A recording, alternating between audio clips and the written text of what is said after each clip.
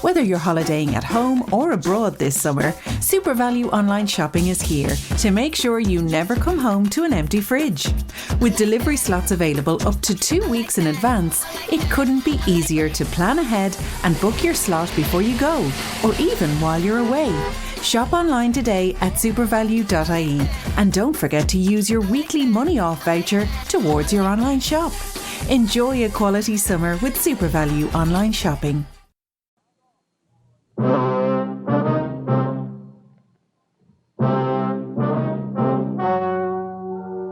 Ladies and gentlemen, the story you are about to hear is true. The names have been changed to protect the innocent. Fatima Cigarettes, king size, extra mild and soothing, brings you Dragnet on both radio and television.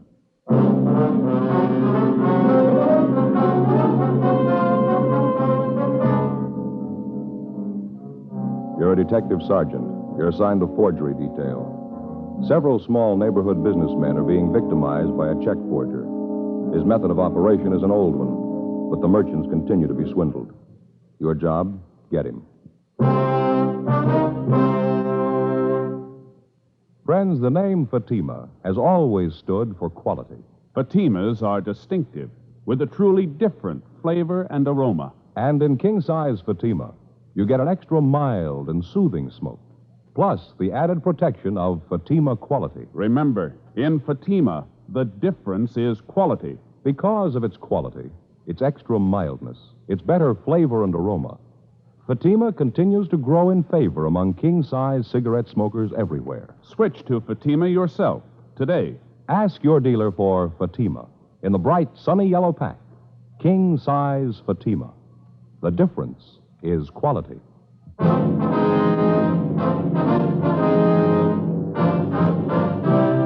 Dragnet, the documented drama of an actual crime. For the next 30 minutes, in cooperation with the Los Angeles Police Department, you will travel step by step on the side of the law through an actual case transcribed from official police files. From beginning to end, from crime to punishment, Dragnet is the story of your police force in action.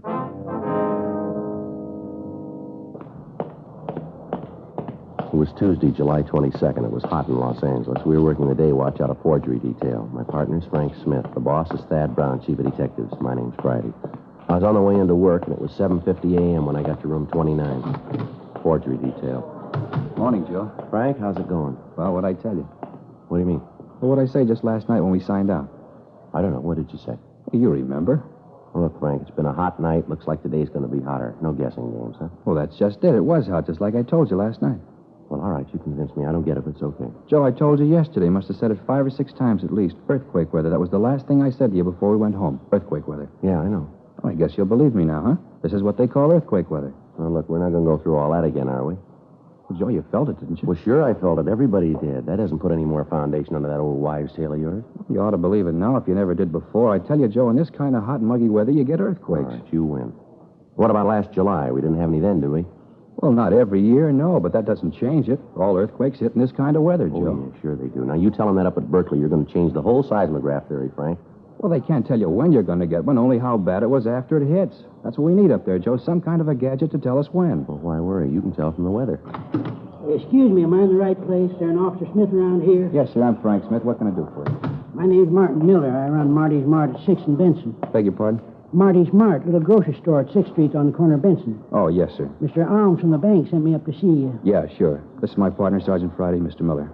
How are you, Mr. Yeah, Miller? how you do? Alms over at the B of A called just before you got in, Joe. Said he was sending Mr. Miller over to see us. Oh, I see. Why don't you have a chair, Mr. Miller? Here. Joe, Alms says that somebody's forging Mr. Miller's checks. Your personal check, sir? No, sir, my business checks. Marty's Mart, 6th and Benson? Let's see if we have this right, Mr. Miller. Yes, sir. According to Alms, there have been 7 checks passed. They were all passed last Saturday night. Is that correct? That's what he told me, yes, sir. That's why I come down to see you, but that's not quite all. How's that, sir? Well, you see, as soon as I talked to the bank and I found out that somebody was forging my checks, I went home and told the wife about it. Yes, sir. Well, the bank tells me the man who's been doing the dirty work's a fellow by the name of Roger Theodore or something like that. Yes, that's right. That's the way we have it here. Oh, you know this man? You got him arrested already? Well, no, sir. I mean, that's what Mr. Alms over at the bank told us. Oh, yeah, sure. I didn't think you boys would move that fast. That'd be pretty fast work there. Now, you say there were 7 checks of yours that this Theodore has forged, is that right? No, sir, that's all the bank knows about. The wife and I did a little detective work on our own. Is that right? You bet we did. Emma and me went through our checkbook, and guess what? Yes, sir. You say 7, me and Emma say 14. Well, how do you mean, sir? 14, that's how it come for you. Well, how do you mean 14? Well, the bank's only found 7 of them, but he actually stole 14 of our business checks. Well, you say you found that out after looking at your checkbook? Yes, sir, got the figures right here in my vest pocket. Let's see here, numbers 7,020 to 7,033 inclusive. That makes 14 checks missing all told. Well, how do you think the theft occurred, sir? He stole them right out of the back part of the checkbook. Didn't think nobody'd find that out. No, sir. What we mean is, how did the thief gain access to your checks? Do you leave them out in the open where people could get at them? Well, they're in a plain black-covered book. Emma always makes out the checks most of the time. When she's through, she generally leaves them down underneath the counter in with a size 12 paper bags. That way we always know where to find it. You know, a place for everything, so on. Mm-hmm. About when do you think the theft occurred, would you know? Well, it'll be kind of hard to tell as to the exact time. Well, when did you say you and your wife first noticed they were missing? This morning, right after we talked to the bank man. That's when I got the idea to go through the checkbook. My wife didn't think so much of the idea, but she found out I was right. Well, would you have any idea at all as to who might have taken the checks? Anyone suspicious loitering around your store or anything like that? No, I don't believe so. Emma and I know most of the people around our neighborhood. But I wouldn't think any of those folks would do a thing like this. Well, how about some transients? Somebody might have come in the store that you never saw before? No, nobody I can recall. You live in the back of the store, Mr. Miller? Yeah, how'd you guess that? Say, you fellas are real good. I was just wondering, sir, would it be possible somebody could have broken in during the night? No, sir, not a chance. No, we could have told that. Well, how about when you and your wife have lunch? Is it possible that you might leave the store unattended for short periods while both of you are in the back, maybe? Say, that's right. You ever run a store? No, sir. Hey, George, that just could have happened, all right. Me and Emma lots of times duck in the back and sit down and grab a bite of lunch or a little cut of Tillamook cheese on a cracker, you know. Yes, sir. Hey, George, I'll bet that's what it could have happened, all right. And do you figure the checks were taken in the last month, or about when, would you say? Well, let's see. Must have been sometime during the last couple of weeks, if memory serves. That's about when we received our new checkbooks. Last couple of weeks. That must be it. I see. Well, we want you to give the stenographer a full report of this, sir. Here, Frank, I got the approval slip all made out. Now, if you'll be kind enough to take this slip down to room 23, the stenographer will take your report. Oh, thank you very much. We appreciate you coming in, Mr. Miller. We'll keep you informed of the developments of the case. Here's our card. If you hear anything, appreciate you giving us a call. Well, fine. Thank you very much. Yes, sir. You say you'll keep me informed of what happens on this thing? Yes, sir, that's right. Say, maybe you better talk to Emma when you call the store. That's my wife. Well, yes, sir. Won't you be there? Oh, I'll be there, all right, but she'd like to have you call her. Well, how's that, sir? Well, it's about them other missing checks. Yes, sir. I told you it was my idea. Yeah. It wasn't. It was hers.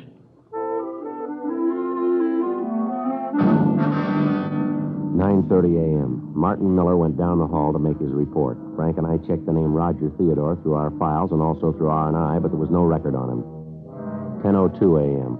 We checked with the head cashier at the bank where Miller had his checking account. The cashier was unable to let us see the forged checks, explaining that they'd been sent back to the people who had deposited them. However, he was able to give us a list of the firms that had taken in the bad checks. They were all large supermarkets in the central Hollywood area. He told us that the checks had varied in amount from $32.50 up to $78.97, and that each check was made out to a Roger G. Theodore, with the endorsement on the back of the check also by Theodore. 11:25 a.m. Frank and I drove out to a market at the corner of Franklin and Yucca. It was a big place with fruit stands along the front and large signs saying, "We never close." Where do you think we find the manager? Probably in the back there. These places, most of them work on one of the check stands, don't they? Hey, Joe. Yeah. Look at those Concord grapes. You ever seen so big? Sweet, too, I bet. Yeah. You ever figure out some way to grow them without seeds that got it made? Yeah. Seeds always get stuck in my teeth. That the manager back there unpacking those cans, see, with a badge? Yeah, that might be good. Pardon me, are you the manager here? Yeah, something I can do for you? Yes, sir, police officers. My partner, Frank Smith. My name's Friday. How do you do? My name's Giles, Mickey Giles. We'd like to talk to you about that check you cashed for Roger Theodore. Theodore? Yes, sir. Now, according to the bank, you cashed a check last Saturday for $64.89 for a Roger Theodore. The check was drawn on the account of a Martin Miller. Yeah, I remember now. You catch the bum? No, sir, not yet. We'd just like to ask you some questions. Sure. You don't mind if I go ahead with this stuff, do you? I got to get these cans stowed. No, sir, go right ahead. Well, who cashed the check, sir? Would you remember that? Sure, I remember. Me. At least I okayed it. One of the cashiers called me over, said this guy wanted to cash a check and would I okay it. I did. Can you describe the man? Sure can. When that check came back from the bank, I got to thinking about the crummy deal, remembered almost every word of the conversation. Of all the lousy snow jobs, that no-good bum really dished out a lulu. Yes, sir. How tall would you say the man was? Maybe 5'10", 11, about 160 pounds. Said he worked for this grocery store, this Marty's... Marty Smart. Yeah, that's it. Said he worked down there. We talked about the grocery business. He told me how he wanted to start a place of his own. Tired of working for somebody else. Lousy trick. Can you give us a further description of him, sir? Well, he was dark. Real dark. Black, wavy hair. His eyes were almost solid black. Nice-looking kid. How old would you say he was, sir? 30, 31. Hard to tell. He was the kind of a guy who don't show his age too much. Do you remember what time he came into the store? Yeah, it was right after I announced the sale of day-old bread on the PA. That'd make it about 8:30 or 8:40. I always try to make it then so we won't be stuck with a lot of bread the next day. You know, get it off the shelves. It's not really a day-old, but by the time these women get through squeezing it, it sure looks like it's been on the shelves a long time. Well, are you in the habit of cashing checks here often, sir? And we never cash personal checks. Get stuck too often. We will cash payroll checks if a guy's got identification. Theodore have identification? Sure, had his driver's license. Do you have the check now, sir? Yeah, it's in the back. You want to see it? Yes, sir. I'd like to if we can. Sure thing. Hold on a minute. I'll get it for you. All right. Driver's license might lead to something, huh? Yeah. Doesn't figure he'd use his real name, though. Here it is. You see right here in the corner the driver's license number, W414626. What was that again? W414626. No, 26. Right. Thank you. May I see that, sir? Yeah, here. Thanks. There's an endorsement on the back. Like I said, I hope you catch a crummy bum. The dirtiest trick ever played. Yes. Comes in here, buys a pound of weenies, 52 cents on special, and a kosher dill. Grand total, 61 cents. Lousy deal. Yes, sir. I wonder if we could take this check with us. We'd like to have our handwriting man get a look at it. Sure, anything to catch that no-good bum. Spends 61 cents and cons me into cashing his check for $64.89. It's not the weenies or the pickle that gripe me. No, sir. The thought of that guy spending 63 bucks of my money someplace else. Frank and I called the office and asked them to check with DMV for a make on the number of the driver's license that we'd found written on the check. 11:55 a.m., we began to canvass the other 6 stores where Theodore had passed bad checks. In each instance, the descriptions we were able to obtain varied little. All of the managers of the stores had described him as a dark man in his early 30s. In checking with the managers further, we found that all of the checks had been passed within a period of an hour and a half. From the addresses of the stores, we could almost trace the exact route the forger had taken in making his rounds. The victims all gave us the same story, that Theodore had made a small purchase, talked about the grocery business, and used his driver's license as identification to cash the check. 2:14 p.m., we checked back into the office. The teletype had come through from DMV up in Sacramento giving the particulars on the driver's license. The license was made out to a Roger George Theodore, 1082 Whitley Street, Hollywood. The description on the license, however, did not tally with the one that we'd gotten from the victims of the forgeries. We asked DMV to send a photostat of Theodore's license to us for handwriting comparison with the forged checks that we'd been able to collect. The stats office made a run for us on Theodore's M.O. The names that they gave us were checked out but led us nowhere. 4:47 p.m., Frank and I drove out to the address listed on Theodore's driver's license. It was a large brick apartment building with a white marble entrance. We didn't find the suspect's name in the mailboxes, so we rang the bell to the manager's apartment. Yes. Mrs. Rice? That's right. Something I can do for you? Police officers, ma'am. We'd like to ask you a few questions. Police officers? Well, what's going on? Is something wrong? No, Mrs. Rice. Just some routine questions about one of your tenants. Oh. Well, in that case, come in. Thank you very much. If you're police officers, I suppose you have some sort of identification. Yes, ma'am, we do. Here's my ID card. My name's Joe Friday. This is my partner, Frank Smith. Ah, dear, I'm Violet Wright. Oh, but then you know that. Can't be too careful these days. Oh, what's it you wanted to know about? I know almost all of my tenants here. They all know me, too. Call them by their first names, and they call me Violet. I don't like formality. I never could stand it. Oh, speaking of stand, move that sewing onto the floor and sit down, young man. Oh, yes, ma'am. Thank you very much. Well, this is about Roger Theodore, Mrs. Rice. Roger?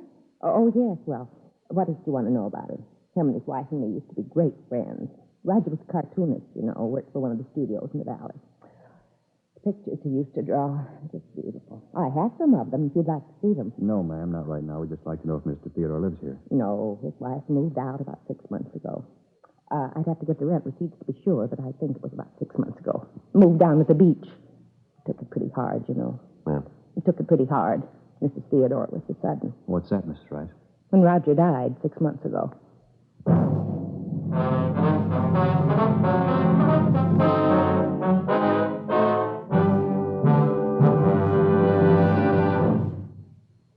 You are listening to Dragnet, authentic stories of your police force in action.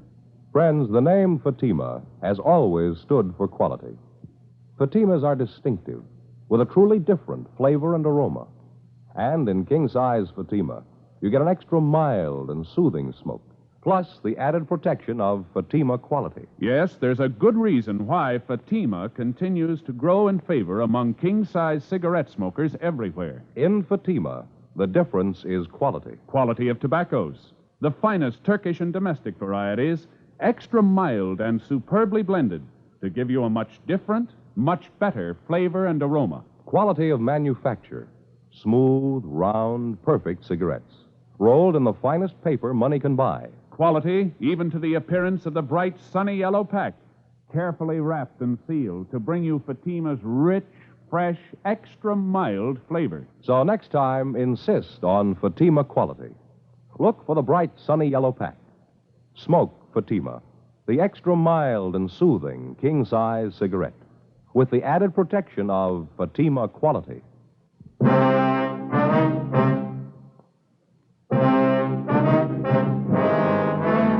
The apartment house manager, Mrs. Rice, went on to tell us that Roger Theodore had caught a bad cold and that it had developed into pneumonia. She told us that his death had been very sudden and that his passing had hit his wife very hard. We questioned her about the other tenants in the building who were friendly with the Theodores, but she was able to add little information to what we already had. The description she gave us of Theodore matched the one we'd gotten from DMV up in Sacramento, but bore little resemblance to the one we'd obtained from the supermarket managers.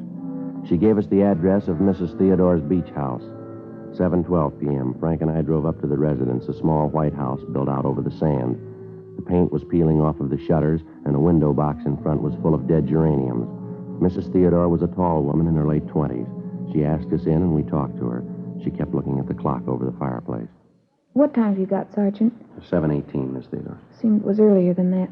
Now, what was it you were asking about Roger? Well, we were wondering if you could tell us how his driver's license could have been used as identification by someone else, ma'am. No, I haven't the slightest idea. Do you have his private papers, Mrs. Theodore? Yes, most of them. They're in a strong box at the bank in town. Would his driver's license be among those papers, perhaps? I don't remember. I think so, but I can't be sure. It seems to me that I put them in the box. Just a minute. All right, fine. Just happened to think it might be in here. I put some of his things in here. Papers I didn't think were too important.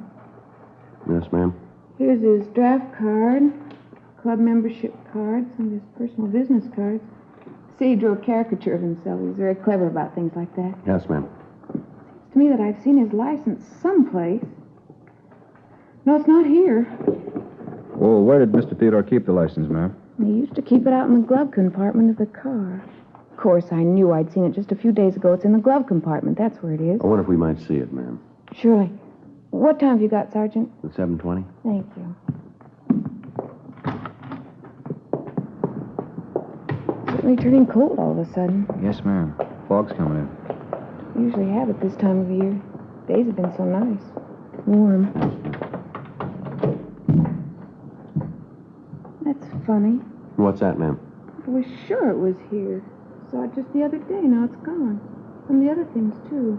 Gone, ma'am? Yes, the driver's license and his Social Security card. They were both in a little celluloid folder. Kept them together in here. That's funny. Was it possible that you might have taken them out of the car? No, I have no reason to. I hardly ever use the glove compartment. No, I'm sure they were here. Well, maybe you picked something else up and the license came with it? Maybe. Look through my purses. I might have picked them up. Okay, fine. It's going to warm up a little. I'll build a fire tonight. I understand where that license might have gone. Have to ask Lloyd. Lloyd? Yes, I met him a few weeks ago on the beach. He came down to swim. We got to be very good friends. Kind of half expecting him to call tonight, but he would have called before this if he's going to. I'll get my purse. Fine, thank you. I'm sure, though, it was in the glove compartment the last time I saw it. Lloyd might have seen it when he borrowed the car. He borrowed your car? Yeah, last week. He said he was having his overhauled. I wasn't using mine, so I told him to take it. Very nice. Are you sure your watch is right, Sergeant? Yes, ma'am. What day was it Lloyd took your car? Last Friday or Saturday, one or the other. Nope, it's not here. I just don't know where it could have gone. What does this Lloyd look like, Mrs. Theodore? Lloyd, he's a nice-looking boy. Dark hair, dark eyes. Nice-looking boy. About how old is he, ma'am? Well, I never asked. I'd guess 30, 31. Lloyd. Well, what's his last name, ma'am? Stratton, Lloyd Stratton. Why are you asking all these questions about him? Has he done something? Is that it? Well, we don't know, ma'am. Do you know where he lives? Someplace in Hollywood. I don't know the number. He hasn't got a phone. I called information once. They didn't have a listing. When was the last time you saw him, ma'am? Monday. He came down to take a swim, and we talked. You must be mistaken, officers. He couldn't do anything dishonest, I know. But the last time he was here, he was a little short of cash. I offered him $50 to tide him over. He didn't want to take it, but I insisted. I didn't have enough to do it. What's that, ma'am? He wanted me to cash his payroll check.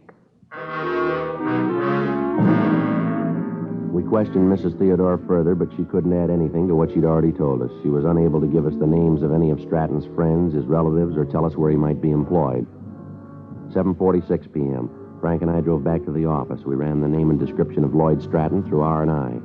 They came up with several possible suspects. In the process of elimination, we were left with one name, Lloyd Stimpson, who had as one of many aliases the name Lloyd Stratton. His description tallied closely with the ones we'd gotten from the victims of the forgeries. His record showed him to be a two-time loser on parole from San Quentin at the present time. He'd been convicted both times for forgery. In checking the suspect's handwriting card, Don Meyer was able to tell us that the writing on the checks and the exemplars of the suspects were the same. We obtained mugshots of the suspect and drove out to check them with the victims. 9:22 p.m. We got to the market at the corner of Franklin and Yucca Streets, the manager's office. Mr. Giles? Yes? Oh, you're the officers who were here this morning. You caught the guy yet, the one who forged that check? No, sir, not yet. We'd like you to look at some pictures, if you would. Of the guy? You got pictures of him? Figures if you had pictures of him, you'd catch him. Well, we think we know who he is, Mr. Giles, but we'd like you to check these pictures just to be sure. Fine, glad to help. Kind of get that bum. Yes, sir. Here are the pictures, Mr. Giles. Good. Let me sit down here and get this stuff off my desk. All right, fine. Now, just look through some of them, sir, and see if the man is there, if you would. Yeah. Let me spread them out here. I'm playing solitaire. Look at that one. Mean-looking fellow, real criminal type. No, that's not him. No. Wait a minute. Yes, sir? This one. Right here. He's the guy. He's the one who cashed the check. You sure, Mr. Giles? I'm positive. That's him. All right, sir. Thank you very much. It's all right, officers. Glad to help. This fella, Theodore. Well, his real name's Stimpson, Lloyd Stimpson. Yeah, well, this Stimpson, he done this sort of thing before? Sir? Forged checks. Well, yes, sir. He's been convicted twice. How about that? Lousy thing. I wonder what he tells his friends when they ask. What's that? About his work. Probably tells them he writes for a living. We checked with the other victims of the forgeries. We were able to get 3 more identifications of the suspect. The rest of the people involved couldn't be reached at the time.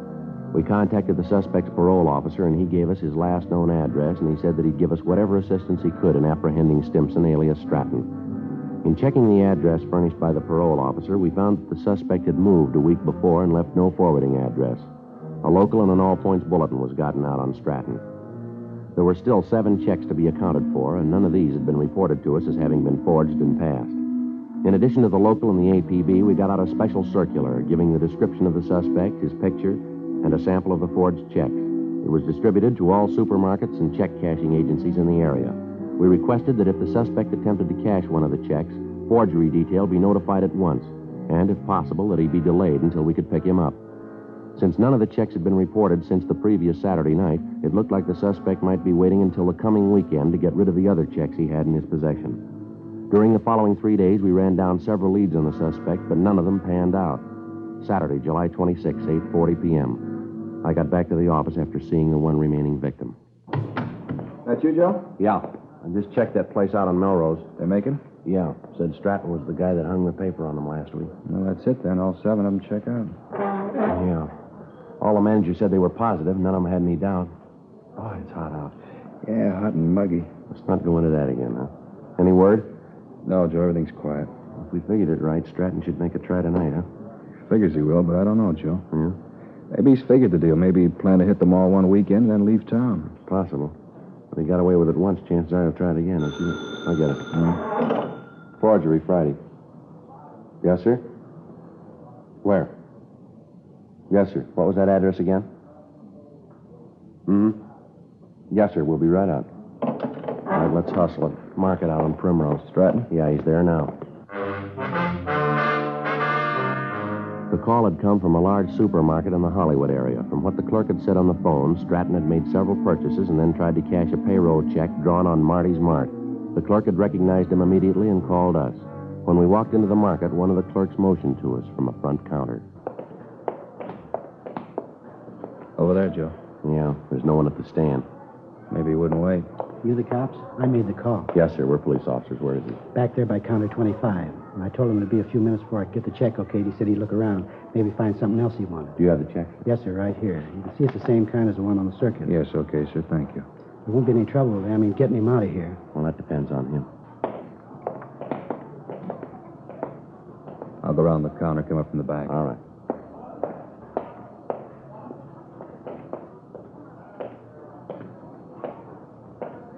Mr. Theodore? You Roger Theodore? Yes, you the manager here? I don't see what the problem is. It's a payroll check. If you don't want the business, there are other stores I can go to. No, police officer, Mr. Stratton. I want to talk to you. Certainly, but there's some mistake. My name's not Stratton, it's Roger Theodore. No mistake, mister. Let's go. No! Come here.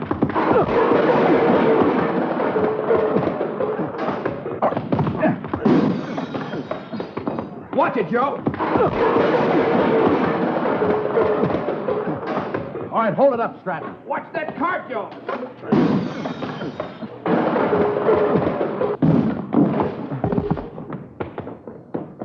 Outside. Get in the car, Joe. All right, hold it up, Stratton. Stay where you are. Don't shoot! Don't shoot, I won't try anything. Don't shoot. All right, out of the car, mister. I'll shake him. Oh, what's this all about? What are you trying to prove? He's clean, Joe. Hands behind your back. Want to check the car, Frank? Yeah. You won't find anything. There's nothing to find. A few groceries, that's all. Must be some kind of mistake. No, I don't think so, Stratton. Frank, what do you got? Looks clean, Joe. Just checking the seat covers. You sure you got the right guy? You keep calling me Stratton. I told you my name's Theodore. Look, get my driver's license out of my pocket. It'll tell you who I am. All right, let's come off it. We know who you are. We got your record and a dozen people to identify you. Joe? Yeah. Found these under the seat covers in the back. Checks from Marty's Mart. So what? No law against having a few blank checks, is there? Only when you try to cash them.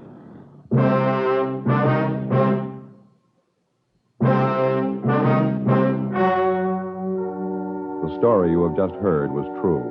The names were changed to protect the innocent. On October 21st, trial was held in Superior Court, Department 87, City and County of Los Angeles, State of California. In a moment, the results of that trial. And now, here is our star, Jack Webb. Thank you, George Fenneman. Friends, there's a good reason why Fatima continues to grow in favor among king-size cigarette smokers everywhere. In Fatima, the difference is quality. Quality that gives you extra mildness and a really different flavor and aroma. That's right, Fatimas are distinctive. In king-size Fatima, you get an extra mild and soothing smoke, plus the added protection of Fatima quality. Ask your dealer for Fatima in the bright, sunny yellow pack.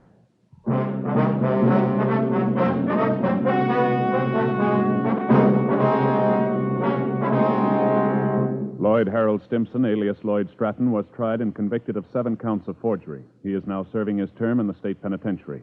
Forgery is punishable by imprisonment for a period of not less than 1, nor more than 14 years.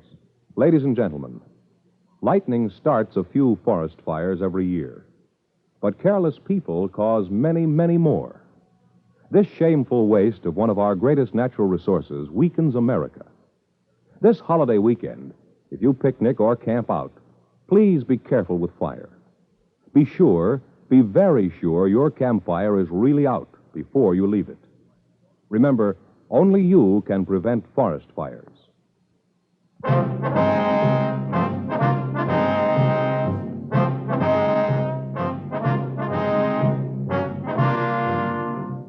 You have just heard Dragnet, a series of authentic cases from official files. Technical advice comes from the Office of Chief of Police W.H. Parker, Los Angeles Police Department.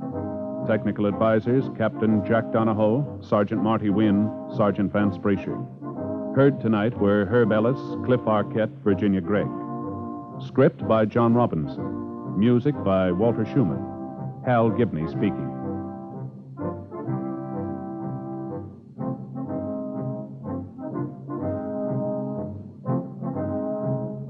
King Size Fatima has brought you Dragnet, transcribed from Los Angeles.